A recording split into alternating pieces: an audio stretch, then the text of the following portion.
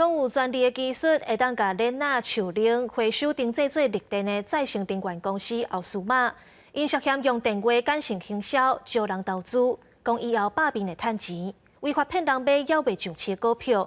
不过因毋无专利，公司嘛是空空领领。奥斯玛拢总甲人骗超过4亿，受害者有上千人。即阵董事长、总经理等等4个人拢已经受押禁见。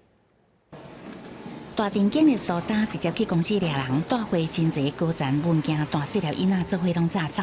欧斯玛再生能源科技涉嫌吸收资金的诈骗。欧斯玛的技术不只可以解决废轮胎的问题，还能够生产绿能。讲有专利技术，会当把废弃物透过热力解重新做利用，变做再生油，转化做纯绿电。靠这种的讲法找人投资，再搁用一句伫要上很贵、获利的真济，互被害人开大钱，各位未上贵的股票。用股票换钞票的方式来吸引民众，来诈骗民众，以每股40到80元的一个价格呢，那进行未上市股票的一个贩售。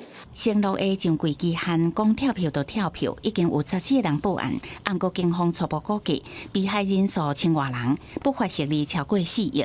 得手一届也无够，欧斯玛3工前也阁计划要吸收后一个资金计划。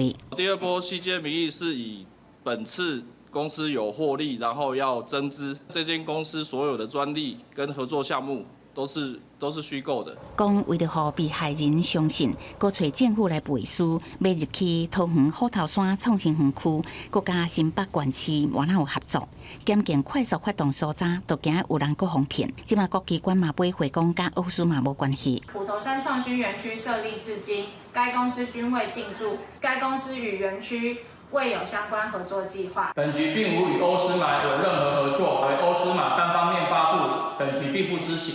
10外人双手封扣掉的以上，经过检方核实了后，包括公司的董事长张贵挺，也有总经理陈文熙等4个人，向法院申请羁押禁见核准。